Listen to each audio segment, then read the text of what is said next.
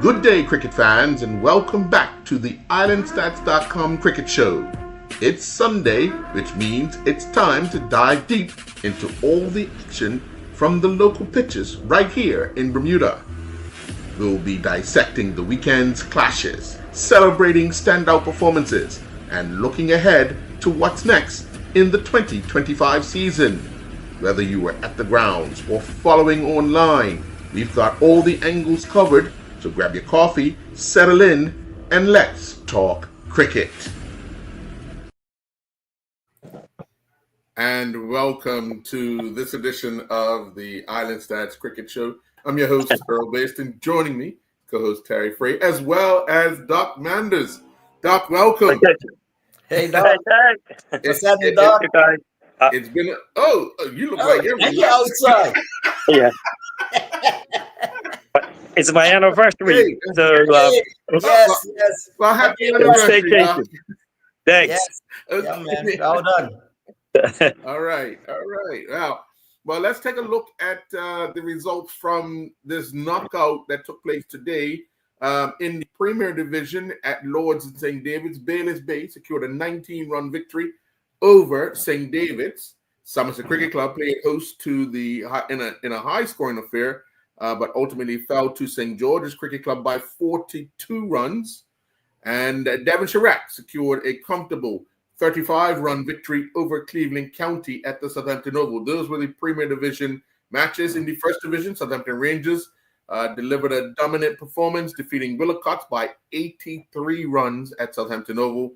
Workmen secured a 73-run victory over Somerset Bridge at Lords and St. David's, and Western Stars claimed a 21-run victory over PHC at the Somerset Cricket Club.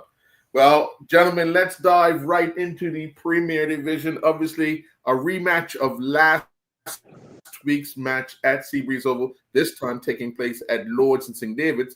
Baylis Bay won the toss, elected to bat, and they scored 185 for 3. And with Delray Rollins scoring 83 off of just 39 balls, hitting 7 sixes and a few fours. In reply, St. David's were 166 for 7. Derek Brayman was the top scorer with 46. Kyle Hutzel claimed 4 wickets in the St. David's inning. Terry, I'll start with you because obviously after last weekend's game at Seabreeze, Baylis Bay would have been looking at the mistakes they made in both the batting area and the fielding area to capitalize on, getting revenge, wouldn't you think? Oh, yeah, most definitely. Both of those teams are rivals, a lot of history. So I would have expected Baylis Bay to come back hard this week. To sort of get back at what took place last week. I'm sure they took some pointers out of what they could have improved on. Mm-hmm. And, I always felt that, they were all, making 160 was always going to be 20 runs short when you're playing St. David's. So it looks like they was able to accomplish that and was able to restrict St. David's to 167, you said it was? 166 for 7, yeah. Yeah. So, that's I think that's the key point there that I think the target was 25 runs more. And then obviously the Berlin does the rest, the Berlin and the fielding. Right. Doc, give us an inside scoop because I didn't see Trey play this match. No, Trey's off the island. I don't know, my oldest son had something. They went on to Puerto Rico for his birthday, party. So, and also St. David's was missing a run date. Onias. I think he had it back. Oh, yes. Well, but like Terry said, that 180 is a lot different from playing at Seabreeze Oval. Yeah, little bigger field, and you got more runs. The Burle's got much more runs to Burle at, Yeah. So and like I say, with Delray, making that 80 something. And you guys can't forget Cooley too, because Cooley made a valuable 50. Yeah, Cooley made 51. Yeah. And he's been betting really good. Yeah. Terry talked about that last week. That has been betting really good since. But I'll say for the last year or so. Yeah, and it's good to see him continue. Yeah, it's good to see him to continue in the 2020. Right. It's interesting because St. David's had three players. Two, Isaiah O'Brien scored 40, Derek Bregman scored 46, and Justin Pitcher was 37, not out. But if you're getting these guys, nobody went on. You know what I mean? And then that's where they would have fallen down. Isaiah scored his 40 off of 26 balls. Derek scored his 46 off of 35 balls, and Justin scored his 37 off of 14 balls. It's just, you got to be able to. Somebody's got to be able to continue on. And fortunately for them today, they didn't have anybody. Yeah. They didn't get a good start like they got a good start last week against B. Right. I looked at the first 5 overs. They was always behind the run rate. Right. So that means the batters that were coming in, had to, didn't have a chance even to look at the wicket or play that's out there. They had to, they was basically behind the 8 ball from there. Yeah. Ironically, what type of start did Bay get? Did they get? Well, with Taryn and Cooley put on 50 in 5.4 overs. Yeah, they had a good start.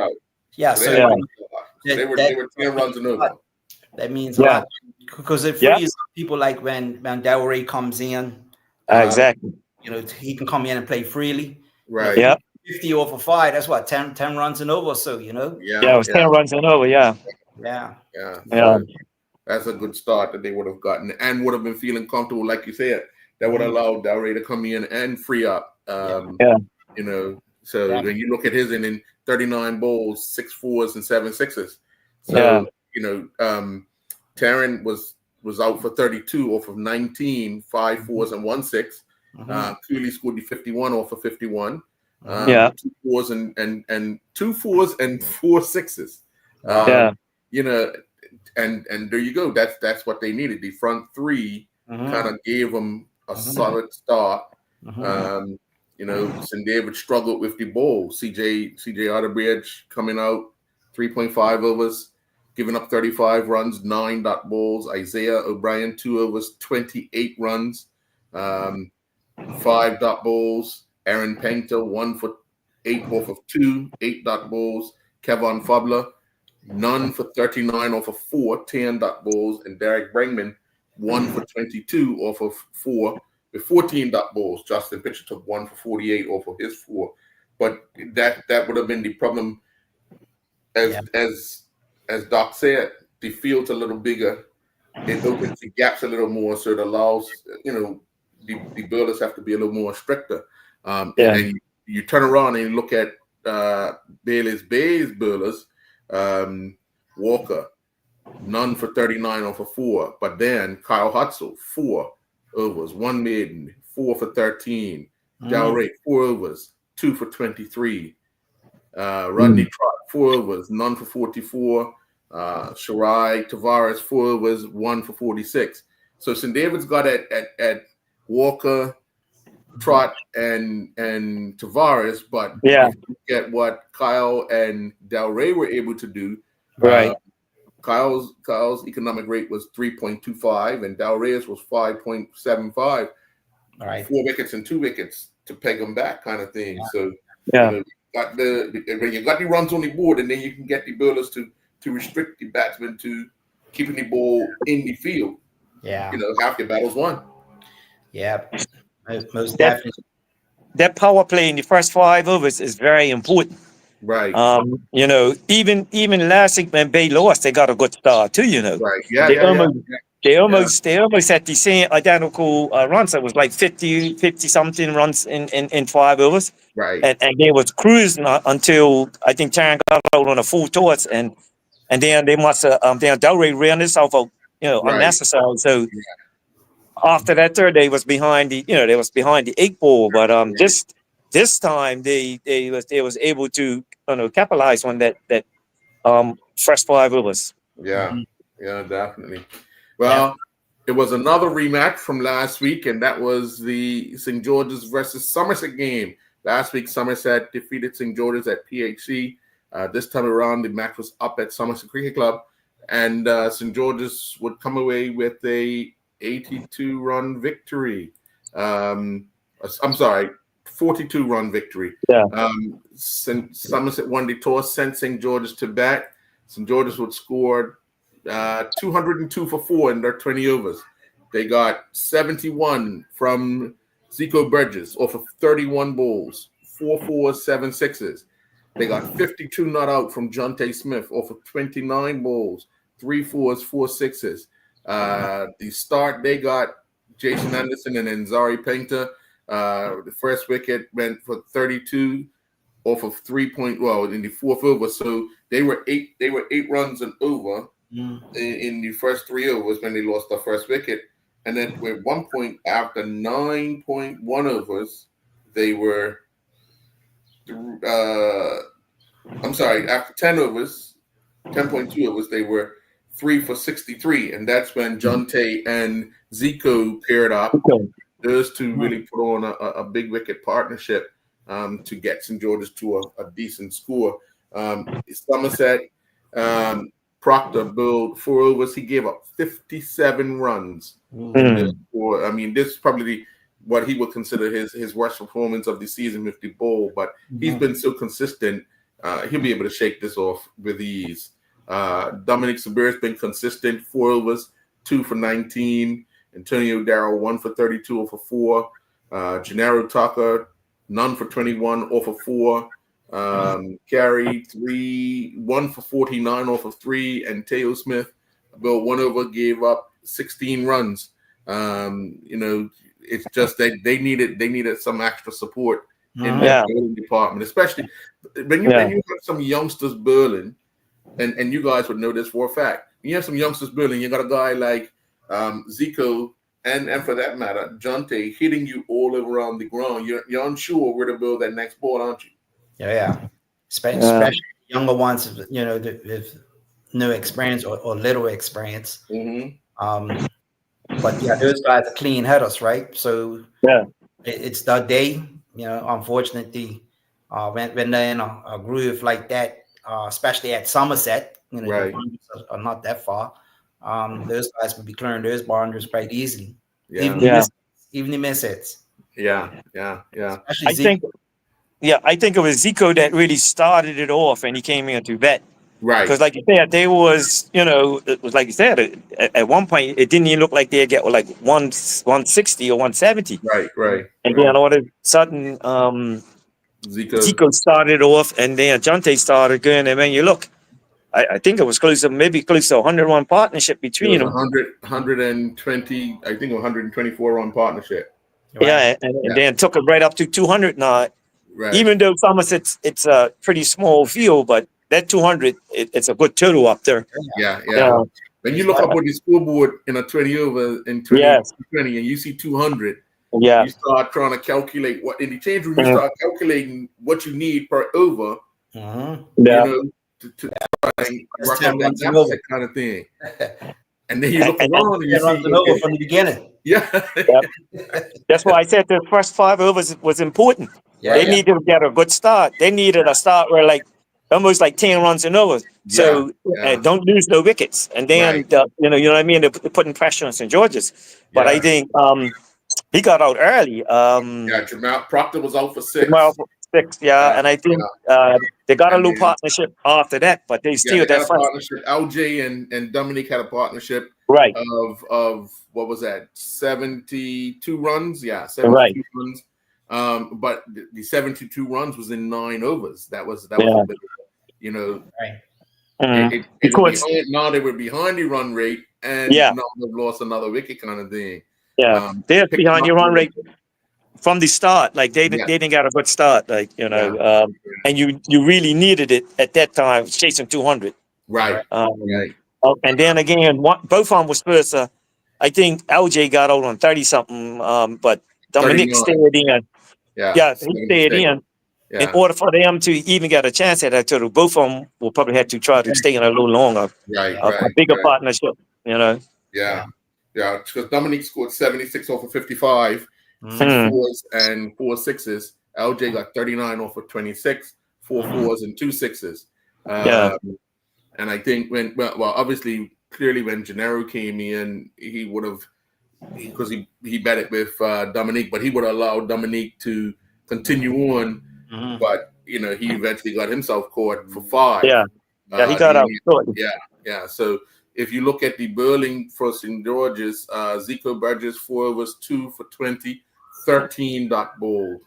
Shakai Darrow 3 overs 1 for 29, 7 dot balls. Jonte Smith 4 overs 2 for 39, 10 dot balls. And Zari Painter, none for 26 off of 3, 8 dot balls. Clay Darrow, 1 for 24 off of 4, 9 dot balls. And Isaiah Greaves, 2 for 17 off of 2 overs, 4 dot balls. So St. George's were kind of consistently putting the pressure on and not letting Somerset, be allowed to score freely. Yeah. It's strange how they teach him any works, because if you look at it, like Somerset beat St. George's last week, St. David's beat Bay last week. No, it's switched around. And that only goes because of how they teach him. It's probably the fielding and the first, the Berlin. Yeah. And it could be, and when you play against that, like I said, that first, we keep talking about that first 5 overs is very, very important, man. Yeah, definitely. Well, let's take our first commercial break. When we come back, we'll look at the other Premier Division match, Premier Division knockout match, and then we'll get into the First Division. We'll be right back.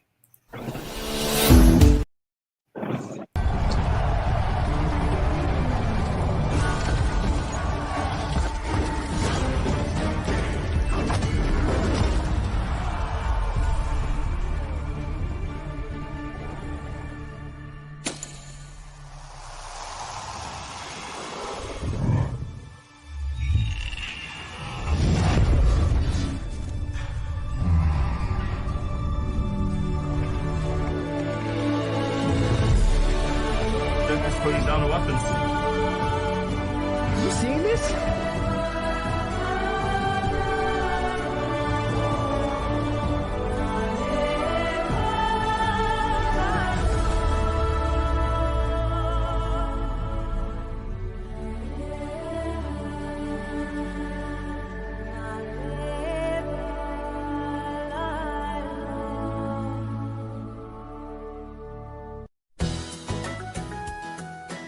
We're raising a glass to Bermuda's roots with Barrett's Ginger Beer. Originally crafted right here at home since 1874, it's the island's favorite fizz for a reason. Whether you're at the beach or watching the race this Bermuda Day, Barrett's brings bold Bermudian flavor to every moment. Find it now at Lindo's. Barrett's Ginger Beer from John Barrett & Sons, celebrating Bermuda one sip at a time. Lindo's, why go anyplace else? Beneath the cloud blue sky, where the ocean meets the land, and the long tails fly in Bermuda. Our hearts belong to this beautiful island. As an island, we are strong, proudly Bermudian. In every single way, from the sunrise to the sunset, and every single day for over 135 years. It's been clear, digital is proudly Bermudian, bringing us near.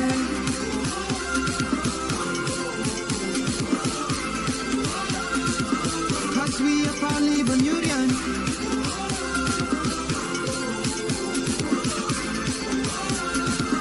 Digital is proudly Bermudian.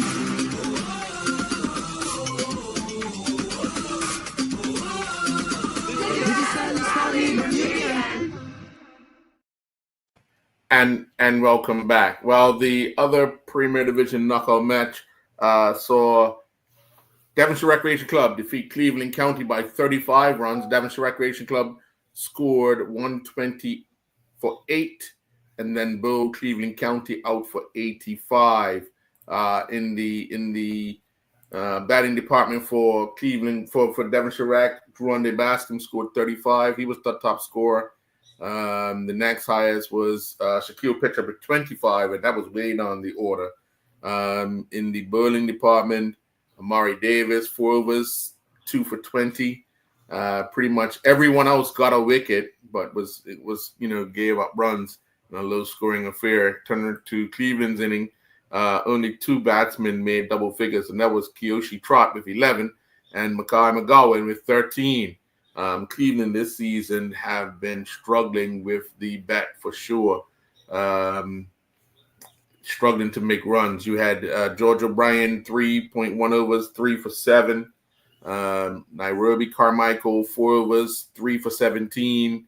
Alan Douglas, 2 for 27, off of 4, and Treddy, 1 for 13 off of 4. But these two teams have proven, Sure. they came up, but it looks as if they both struggled in this division, and this knockout clearly shows it against each other. Yeah. Yeah. You look at Cleveland, that major exodus of players that they lost. Mm-hmm. It's very much expected that they will struggle for this season, most Right. definitely. Yeah. So it's Well, unfortunate. But let me ask you, Terry, how do they keep the young, because they have quite a few youngsters in the team. How do they keep them motivated to keep coming back? Because as we all know, in today's society, especially, our young people, when they start to fail, think they fail at something, they tend to give up. Yeah. So what would you encourage Cleveland, the senior players, the coaching staff to keep the youngsters coming? What should they be doing? Yeah, I mean, at the end of the day, it's all about leadership, right? The senior players are definitely got to take some accountability. They're in that team, and nurture these youngsters. And it goes right back to the training sessions. You know what I mean? Trying to prepare properly as best as they can, so that when they do go out to competition, they have some belief. Right. You know what I mean? You lose belief when you lose the system of proper training, proper preparation, and the seniors not stepping up and taking accountability and responsibility for leading these youngsters into battle. Yeah. And Doc, you went through that with Western Stars, didn't you? For a period of time where there were like almost everybody was a teenager. Yeah, and I agree. I definitely agree with Terry. Right now, we're going through the same thing. We have like maybe about 5 or 6 youngsters playing now too. But the unfortunate thing about it, it's too bad we started the 2020 first, because we really wanted to start, playing the 50 overs. We wasn't even worried about, going up or we basically trying to get these young boys, basically do the right things first, because a lot of them has been playing cricket, but they stopped and they just come back out. Right. So, we're going back to the basic with them, and it's good to have them out, and it's going to be a learning experience with them for them now. Right. And today we had two players today, and the first couple of games we had like 4 or 5. Right. But being that's the knockout tournament, we had to get a little bit stronger team. We had a few players that come back from overseas that strengthen the team too.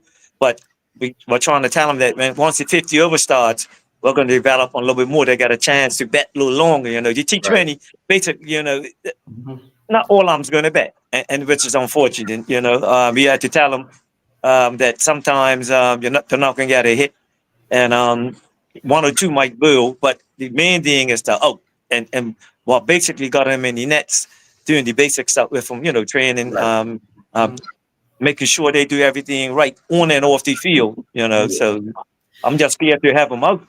Yeah. I agree. I mean, and this is my personal opinion, nobody else's opinion, my personal opinion. T20 does very little in developing our young people. And I agree with Doc. It's too bad that we're in reverse where they started the season with the 50 over. Yeah. I'm sure the board has some reasons why they did that, so I'm not knocking that. I'm just looking from the benefit of a young player developing. They have to be in the longer game, former game, for them to develop it. They're not rushing. They're able to build innings, be able to apply strategies, betting plans, birding plans, and the like. So, but it is what it is. and we just hope that they are able to stick in there and develop their games. Yeah. Yeah. We just need to keep encouraging these young men. Yeah. Because if they're playing cricket and they're doing something positive, that's something positive in the community. Exactly. Because and the main thing is that they're playing. You know, sometimes they don't get a chance to bat or bowl. Right. But you say, well, working on their fielding, because at least two of them are very good fielders. And you got to remember, I keep telling them it's not all about batting and bowling. That's right. We have to tell them, like, fielding is the most important thing, you know. Yeah.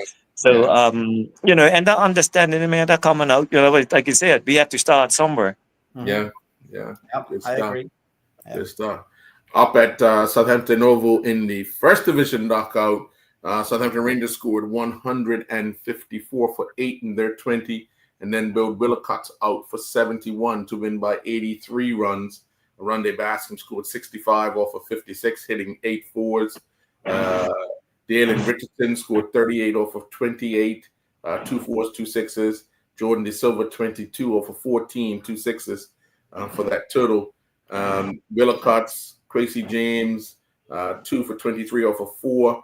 He was the only one to take an extra wicket. Everyone else, Rico Swan took 1. Chakotay Wainwright took 1. Simons took 1, and Deontay Darrow took 1. But their biggest problem was the dot balls. Deontay only 5 dot balls in 3 overs. Ross Solomon Burrows, he bowled 1 over, gave up 16 runs, only had 1 dot ball in the over. Wainwright only had 9 dot balls in his 4 overs.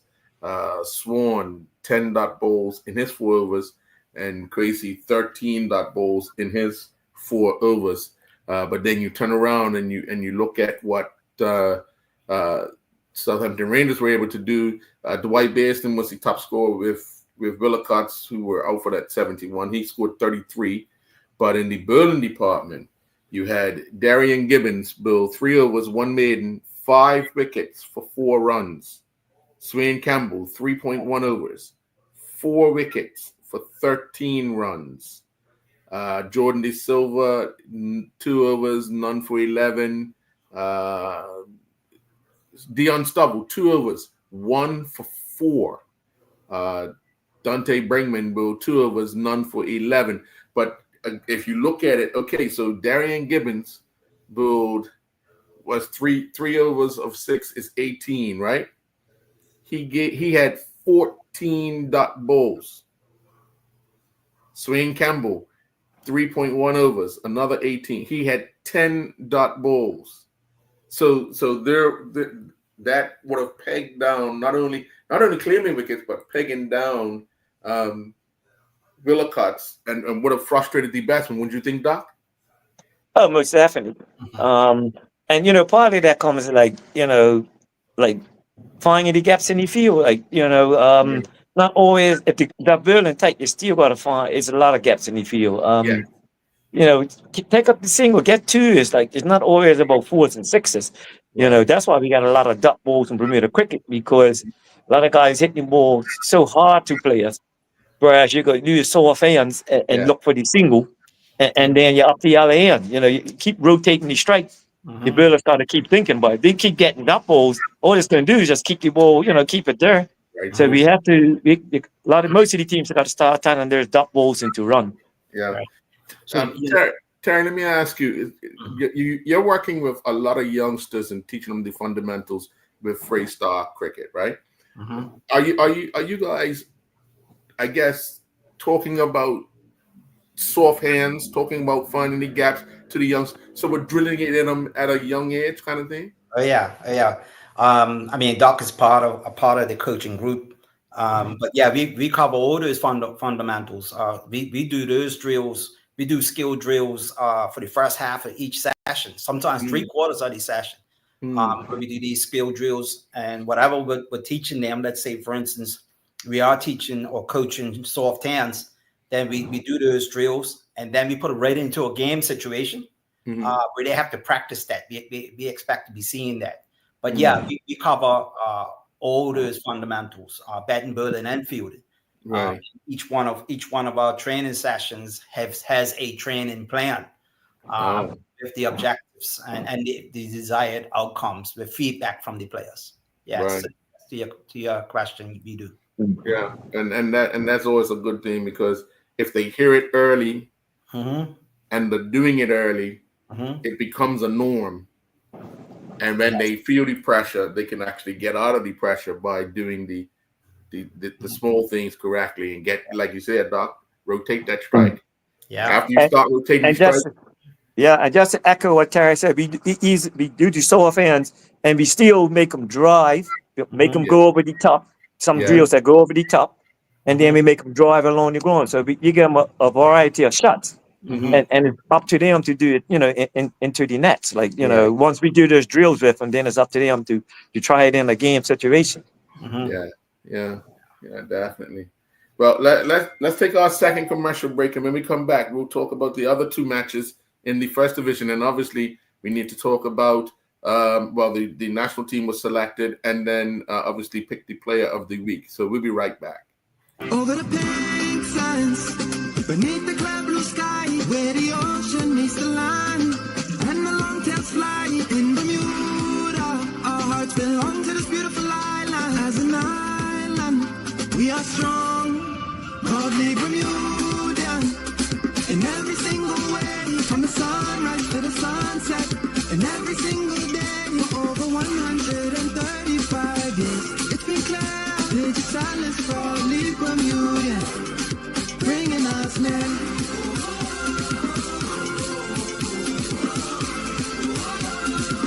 Cause we are proudly Bermudian.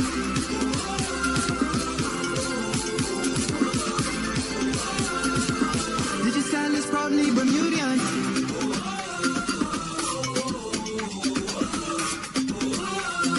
Digital is proudly Bermudian. Sun, sand, and celebrating Bermuda Day. But who has time to run errands? Let Drop It bring your beach day essentials right to your doorstep. Order everything you need for a perfect Bermuda day from Lindo's. Snacks, drinks, sunscreen, and everything in between. It's the easiest way to enjoy the day without the hassle of the store. Order now and let Drop It take care of the rest. Drop It brings Lindo's to your door. Why go anyplace else?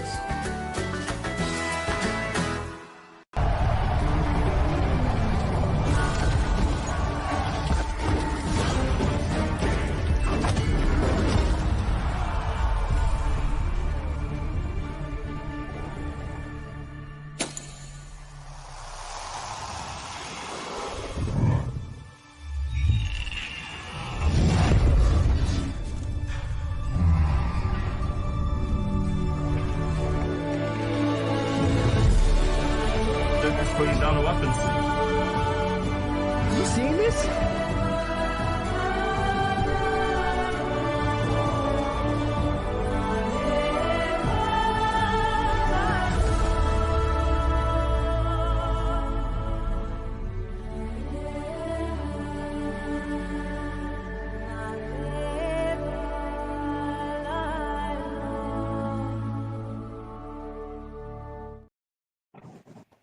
And welcome back. Well, another first division knockout match saw Warwick Workmen's Club defeat Somerset Bridge by 72 runs. Warwick Workmen scored 152 for 4, and then restricted Somerset Bridge to 80 for 9 in reply. In the Warwick Workmen's Club inning, Zuri Tomlinson scored 65 off of 54, 5 fours, 2 sixes. Kamal Levrock, 62 off of 46, 7 fours, 1 6. Those two put on a 107-run second wicket partnership after Malachi was out for 3, and kind of put Warwick in a driver's seat, in a position to be in a driver's seat as they got to that 152 mark. For Somerset Bridge in the bowling department, Sean Riley took 2 for 29 off of 4, but what really the bowlers suffered. And then in reply, you had Jelani Richardson take 4 wickets for 13 runs over 4 overs. He had 17 dot balls. Kamal Levrock had 17 dot balls over his 4 overs, giving up 13 runs. He didn't claim a wicket. Luke Horan bowled 3.5 overs, had 19 dot balls, took 3 wickets for 7 runs. Malachi took 1 for 23, 13 dot balls, or for 4 overs.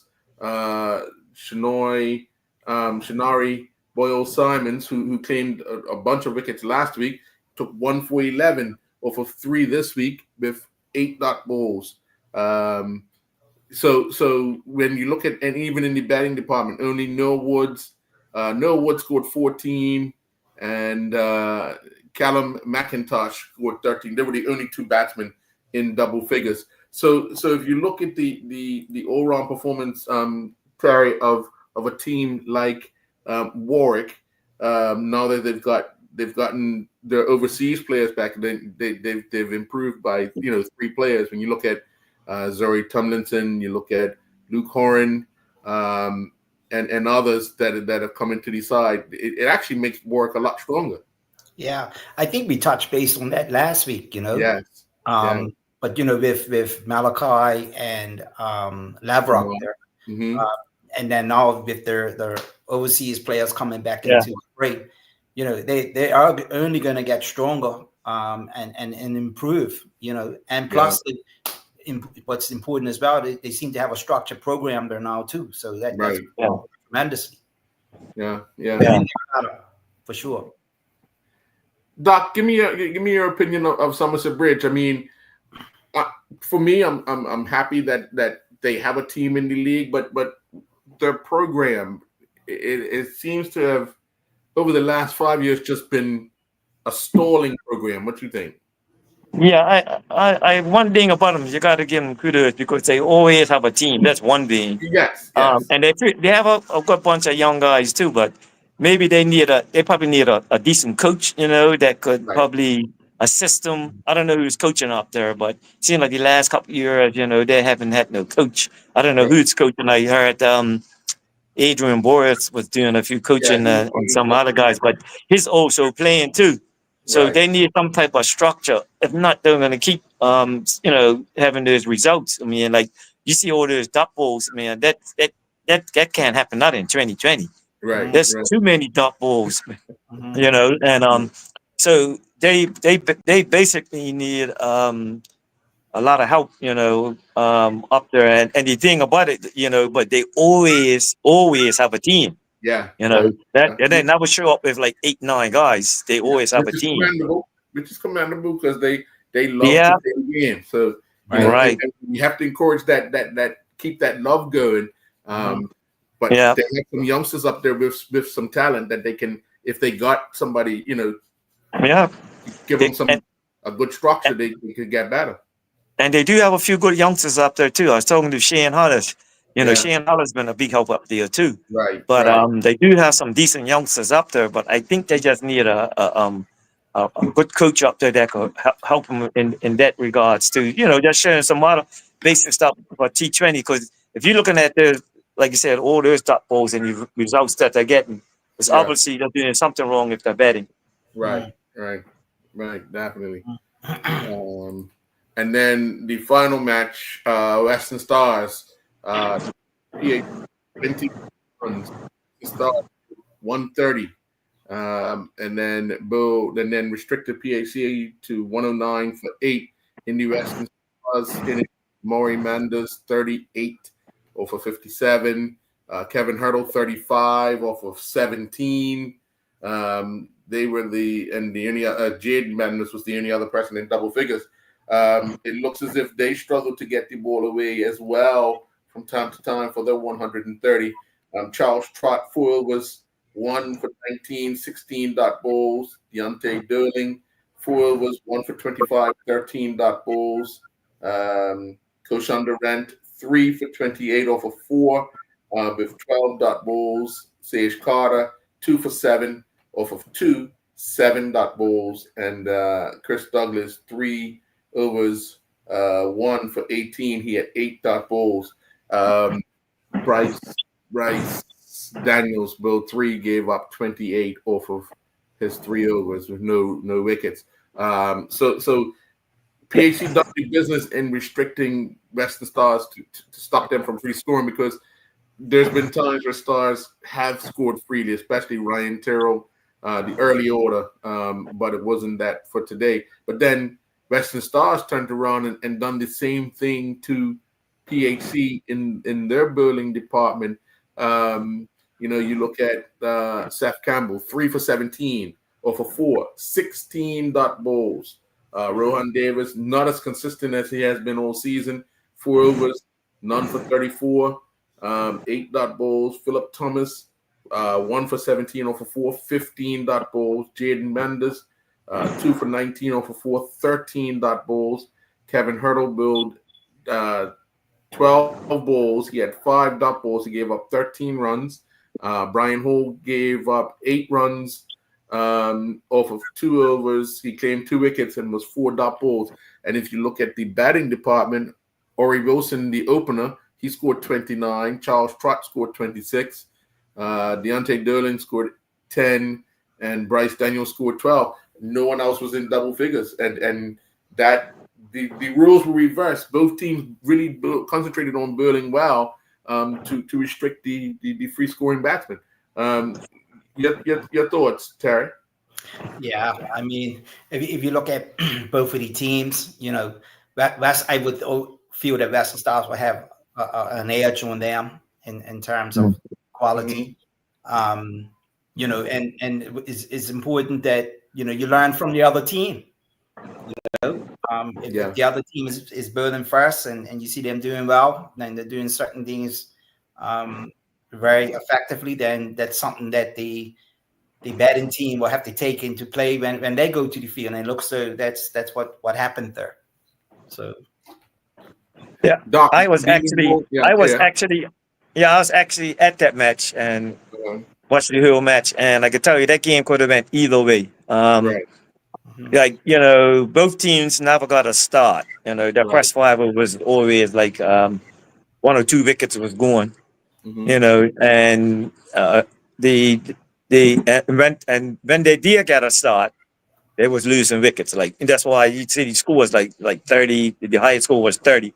Right. But the wicket was a little up and down. But that's no excuse, because most of the players got out. If you look at the game itself, when I watch, most of the players got out on bare balls, like short balls, trying to pull it, and it was just a little slow. Whereas the timing was off a bit, and this is the thing what a lot of the younger players have got to learn. Like, it's different from playing on mat, like where we trained. The ball's coming off nice, you could play your shots.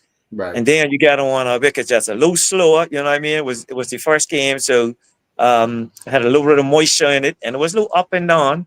Right. And whereas we did get a pretty decent start, and then we just lost wickets, at crucial times.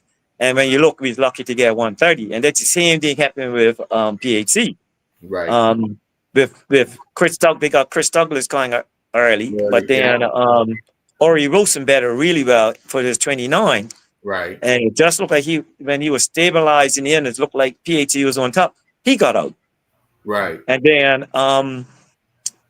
Charles Trott got out. Both of them got out like after each other, and that's how that's what. And mind you, it was some good bowling with Stars too, and good, But I think both teams we still need to work on, like we always talk about, with the dot balls too. Rotating, they was putting away most of the bare balls, but a lot of the times just getting out on the bare balls. Right. So, but there's, like I said, I watched that game, and a lot of the players, both teams, were guilty of this, hitting the ball straight to a player. Wow. Like we all talk about using these soft ends, and one of my nephews, Murray, was batting so well, but he was looking so good, but he kept hitting the ball straight to a player instead of using the soft ends. So that's a lot of things what we do, what we're going to work on. Right. And I'm sure I talked, Cal Warden was there too, and he said the same thing. We was both sitting on looking at the game, and we kept saying, these guys are hitting the ball, and had big gaps in the field. Mind you, the bowling was tight, but it was a runs there to be scored. And like I said, both teams was guilty of it. And I think that Stars won the game because they helped their catches, and they felt much. Their fielding was a lot better than PHC. That's why they was able to be in. Yeah. Well, last week, Terry, we were waiting for the team to be announced, the national team. The national team was announced, I believe, Monday or Tuesday, something like that, or Monday night they told the players or something. The national team is as follows for the World Cup qualifiers: Taryn Frey as captain, Sinclair Smith as vice captain, Derek Bringman, Onias Bascom, Jamal Proctor, Trey Manders, Zico Burgess, Jarrett Richardson, Kevin Fabler, Jonte Smith, Alex Dorr, Dominic Sabir, Corey Smith, Delray Rollins, and Marcus Scotland. All those players have been involved in the last two T20 tournaments at one point or the other, in Argentina and then in Cayman. The one concern I have is going into the tournament. Canada's actually playing right now. They're playing Oman. They're playing all these top associate teams as a team, where our players will be playing in the Smash tournament, but not as a unit. And you need to be playing together at a little higher level to get those understandings, those relationships building and partnerships. And we talk about that all the time, the partnership part. Just your thoughts on it, on Terry. Yeah. Well, first of all, they that's a pretty good team. There's some notable players that are not in that team. But it is what it is, and they got to go out there and perform to the best of their ability. Yeah. But again, I'm an advocate about preparation. You know what I mean? And if you don't prepare at the level that you're going to compete at, it's going to be a challenge. Playing against a team like Canada, period, is a challenge. Yes. I think that Canada has got it well planned out. Again, they're putting a lot of time into the preparation. Yeah. In order for them to execute in competition. I always talk about the processes. You know what I mean? Yes. And skip the processes, because if you do that, then you hinder the progress. I hope that with whatever preparation the Bermuda team do, hopefully they will be able to compete with Canada and even beat them. They're beating them already. Yeah. It's not impossible. Right. But you want to make sure that you're not winging this, and that you go in with a plan to execute to win the game. That's the key. Yeah. Canada lost to USA today. Yeah. Give us your thoughts, Doc. Yeah, I agree with Terry. Anything, like I said, like you always talk about preparation. Anything about this is just that it's the funding. You got to remember, the Bermuda team just came back from that Americas region tournament, and they did get to play against United States and Canada. Right. But now, like you said, so they should have a little bit knowledge on both teams now, especially Canada. And like Terry said, they have beat them before, so it's not like they can't beat them.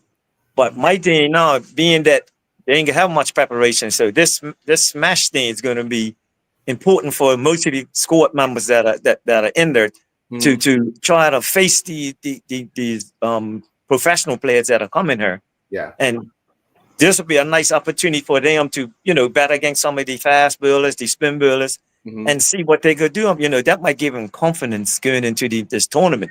Right. You know what I mean? They got one player from New Zealand, one from Australia, a few from West Indies. So our top line batsmen, our top line, players in the squad should be really looking forward to batting against some of these guys. And, if they make runs, it might give them a little confidence going into this tournament. But then again, it's still not ideal for like you said, for the unity of the team. I'm glad to see Delray is back amongst the runs. And, like I said, I have no qualm of the team. I don't know how the selection goes. I don't know who's training, who's not been training. Right. But they have made some changes, one or two changes in the last team. They brought back Trey Jonte, right, and the guy Shaw Smith. So they was originally the squad that went to Cayman Islands. No, I'm sorry, not Cayman Islands. Argentina. Argentina. So, it's glad to have those guys back. I don't know what really happened with Kamal, that situation, but it's a strong team, and my only thing is, like you said, it's the preparation. I don't know if they're going to even play a game when they get out there, Right. Looking at the first game, I think the first game they play Canada. Canada, yeah. But it's two games. I think they play each team twice. Well, So, it could be good. I mean, it could be good and bad. I mean, let's say if they beat Canada the first game, you never know.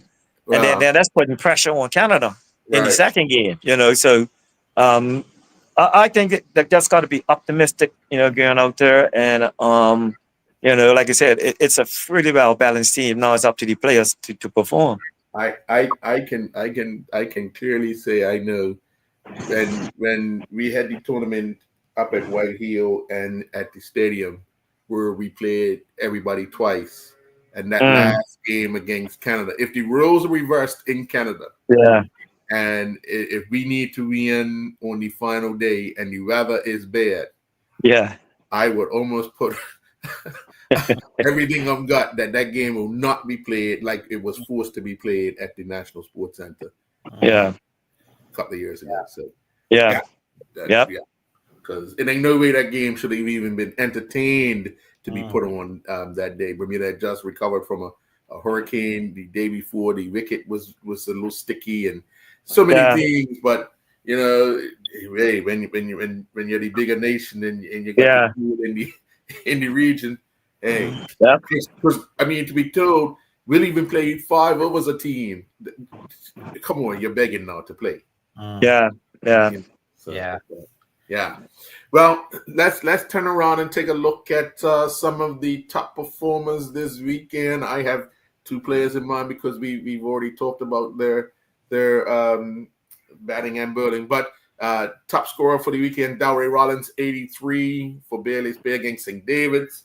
Dominic Kabir, 76 for Somerset against St. George's. Zico Burgess, 71 for St. George's against Somerset. Zuri Tomlinson, 65 for Warwick. Arunde Bascom, 65 for Southampton Rangers. Kamal Levrock, 62 for Warwick. Jonte Smith, 52 not out for St. George's. Kulis Durham, 51 for Bailey's Bay. And then in the bowling department, we had Darian Gibbons for Southampton Rangers, 3 overs, 1 maiden, 5 for 4. Swain Campbell, 4 for 13 off of 3.1.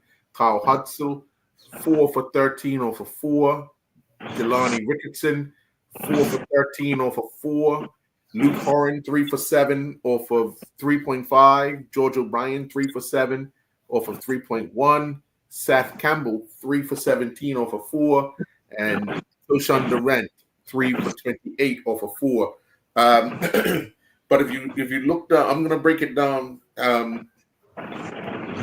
3 players kind of stand out for all-round performance, and it's up to you guys. But Dowray Rollins followed up his 83 by bowling 4 overs, took 2 wickets for 23 runs, 11 dot balls, and